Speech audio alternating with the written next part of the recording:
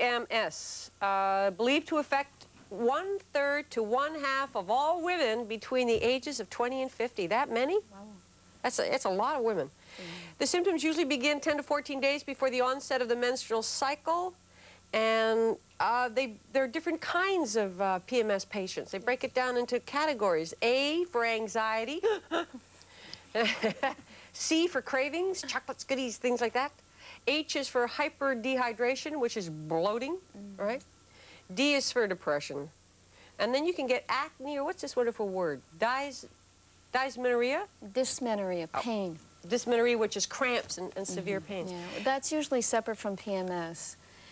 Because a lot of people, women, when you ask, do you have problems with your periods, then they think of cramping.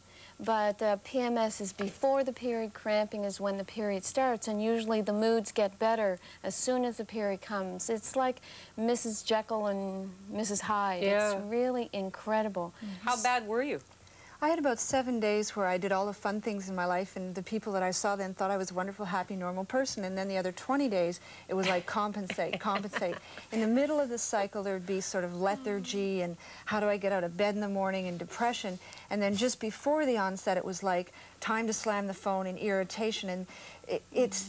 People Somebody don't want to understand fight with me because I want to fight with somebody. Looking for it to happen. Yeah. And what happens when you support the body and you cleanse it and get the immune system up and functioning, my mom, after a year of coming home for Sunday dinner, would say, "You've done something. Your disposition has changed. Would you tell us about this?" Are you okay, dear?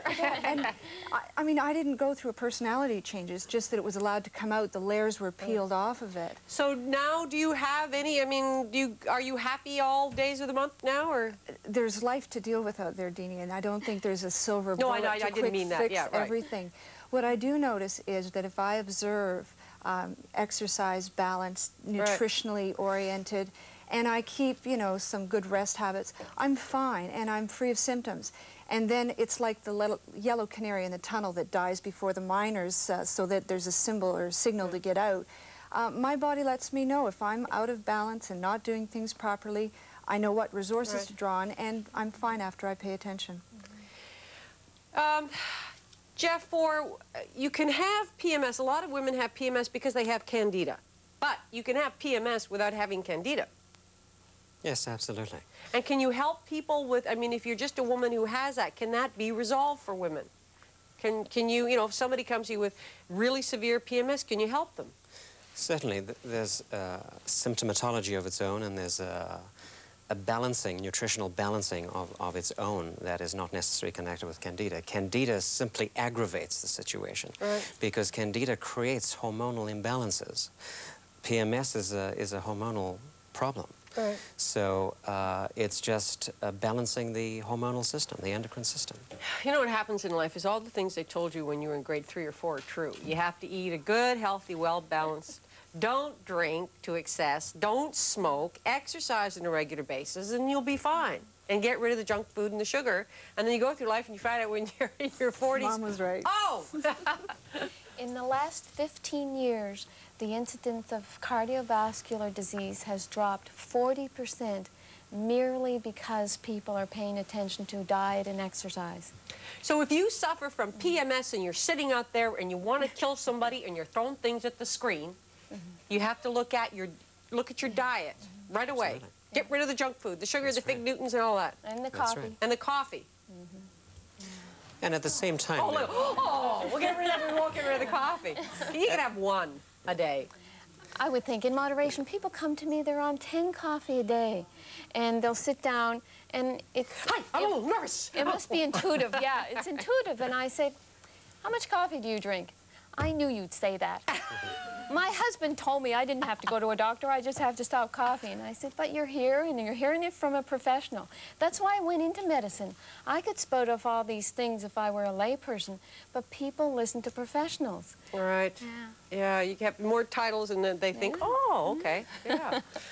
The interesting thing is that when you initially tell an individual to give up certain foods, it seems like this life imprisonment coming upon them, major sacrifice. When they've done it for 2 weeks... I was okay until she got to the pizza, and I went, wow, what do you mean, give up pizza too? When they've done it for 2 weeks, they don't miss it. Because when you're feeling that well and your body's balanced, your body doesn't crave those things. We normally crave the things that we're allergic to. when we're we in a normally toxic crave condition. Yes. the things that we are allergic Yes, to. that's how I find out from my clients what they're allergic to. What do you like What's your favorite most of the time? snack?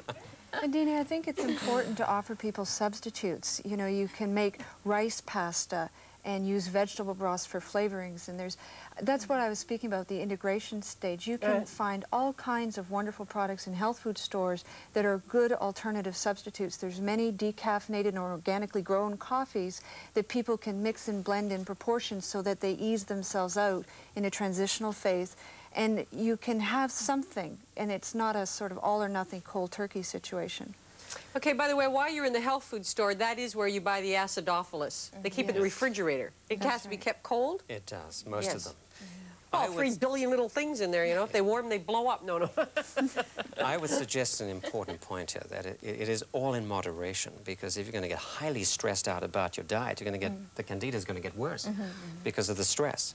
So in fact, it's a very middle, you know, down the line approach which allows still enjoyment of life, and you can still enjoy your food. So if you suffer from crazy PMS, and whether or not you have Candida, you've got to look at your diet. We're giving up sugars. We're giving up the coffee. That's really, really big on that. Down to 1 a day, or maybe whatever, health food stuff. And there might be a need to supplement things like magnesium, things like vitamin B6. And B6? and so on, yes. Yeah?